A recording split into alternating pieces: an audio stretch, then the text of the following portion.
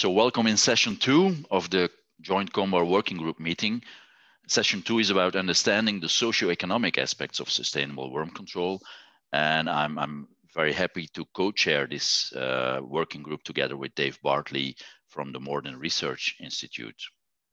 This is the program. I'll first give a brief introduction. Then Dr. Maria Sabo will give a keynote lecture. She will be introduced later to you by Dave. The keynote lecture will be followed by 3 short presentations by Johannes Charlier, Fiona van der Velde, and Maiken Grafdal.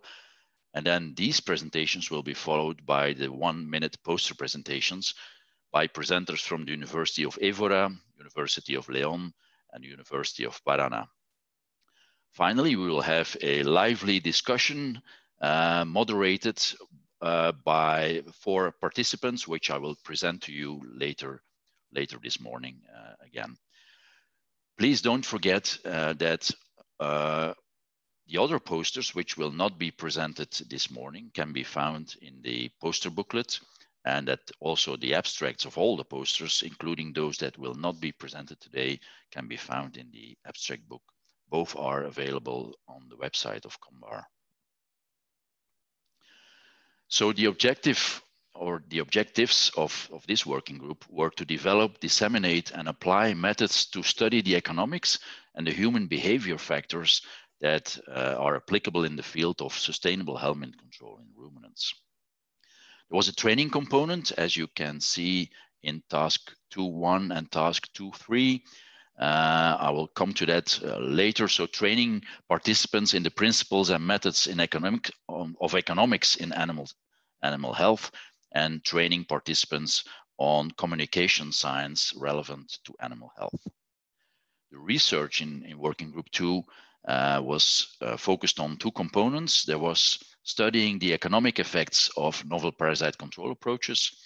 And the second pillar of the research in our working group was to study factors that affect farmer behavior with regard to helminth control in ruminants, and use that information to develop a communication strategy to promote sustainable helminth control methods in sheep, goat, and cattle farmers. The training was taken care of in a workshop in 2018, which combined both training tasks. So people were trained in the principles and the methods in economics of animal health, and also trained in socio-psychological research that is relevant to animal health. And that workshop was held in Bruges, Belgium at the end of 2018. And we had 25 participants and 7 trainers involved in this workshop, which I think was very successful. The first part of the research on the economic impact of helminth infections, that was driven and coordinated by Johannes Charlier. This part, he organized a survey to collect data in order to estimate the economic impact of helminth infections, the economic impact also of anthelmintic resistance in Europe, and to compare these numbers with the investment in research and extension services by the member states and by the EU itself. 17 countries or member countries participated in the survey. The survey resulted in an estimate of the burden of helminth infections in ruminants, and also the costs associated with anthelmintic resistance. However, also some data gaps were identified, and the conclusion is that further refinements are needed that take into account some uncertainty in the data and also some geographic differences. The final goal is to integrate those data in a general framework that can be used to compare the economic impact of helminth diseases with other animal health issues for targeted policy making. I think that's a very important part, because one of the findings from this study was that the endemic helminth diseases, the economic effect of them is in the same order of magnitude as some of the more spectacular episodic viral diseases. Despite the fact that our helminth infections are often staying under the radar because they obviously usually don't cause spectacular outbreaks.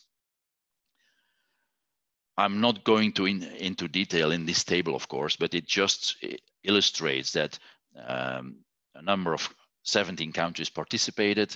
The treatment costs were estimated for all of these countries. Also, the costs related to anthelmintic resistance were estimated and were then compared with the annual research budget on these topics in the different member states. I will not show you the results in detail because that will be done by Johannes Charlier, who will give a short presentation on this research later this morning. And I would like to invite you to stay to listen to that. The second part of the research was on farmer behavior intention. The starting point were two published studies. On the right, you can see a study that was published on factors that affect sheep farmers or the intention of sheep farmers to adopt the guidelines of SCOPS. Secondly, there was a study in dairy farmers in Belgium where the intention of dairy farmers was investigated to adopt diagnostics for helminth control rather than using blanket treatments. And those two studies were used as the basis for our research in Working Group 2 on farmer behavior, because we wanted to know whether the results that were obtained in sheep farmers in the UK and in dairy cattle farmers in Belgium, whether or not they would be representative for dairy farmers and sheep farmers in Europe.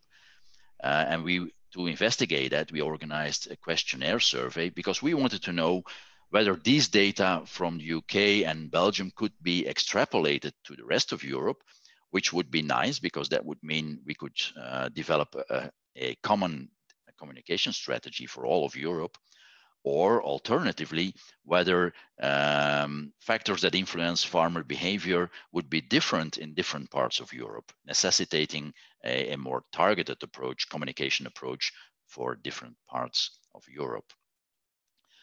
A number of so all the participants in Working Group 2 were invited to participate in this questionnaire survey. A number of countries volunteered to participate.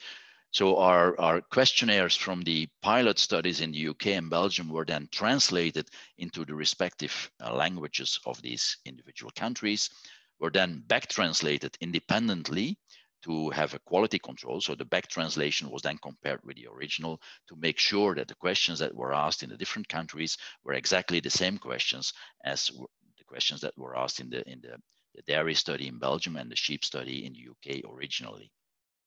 And here you can see the list of some countries only participated in the dairy study, others only in the sheep study. Some countries participated in both. And you can see there is quite some variability in the farmer responses despite substantial efforts of the participants to engage with the farmers. In total, more than almost 1,300 farmers, dairy farmers responded to the survey, and almost 3,000 sheep farmers responded to the survey. I will not present the results, basically because not all the data have been analyzed yet. The preliminary results of the cattle study will be presented by Fiona van de Velde later this morning, and the data of the sheep survey in Europe have been collated and are now being cleaned and being analyzed, and we hope to have these results in the first quarter of next year. So this is the structure, just an introduction to give you the structure of Working Group 2 activities.